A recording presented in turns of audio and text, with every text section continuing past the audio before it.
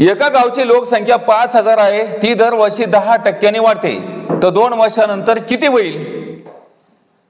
तर नंतर म्हणलं इथं नंतर म्हणजे काय, वरच्यासाठी वर, खालच्यासाठी खाली मांडायचं. मग 1 अधिक किती दर आहे सांगा, आर म्हणजे दर किती, 10% म्हणजे 10/100. तर वर्ष किती आहे सांगा, याच्यामध्ये 2 आहे, याचा घात किती 2 लिहायचा. समजलं का?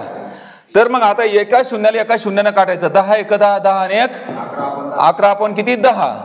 आता इथं झालं घात किती आहे 2 आहे, म्हणजे टी म्हणजे 2 वर्षे, टी म्हणजे टाइम.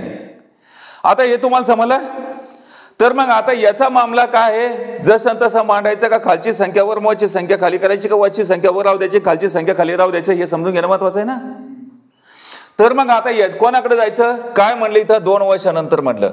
नंतर म्हणजे काय, पुढची म्हणजे काय, वरची संख्या वर, खालची संख्या खाली. तर मग सांगा 11चा वर्ग किती 121 आणि 10चा वर्ग किती 100 आणि 100 गुणिला या ठिकाणी काय दिलंय, लोकसंख्या मूळची किती आहे सांगा 5000. तर गुणिला 5 करायचं. हे गुणिला पी आहे का नाही, ते पी म्हणजे पॉप्युलेशन गुणिला 5000 आहे. इकडनं मांडा का पलीकडनं मांडा सारखंच आहे. तर आता 2 शून्याला 2 शून्यानं काटायचंय.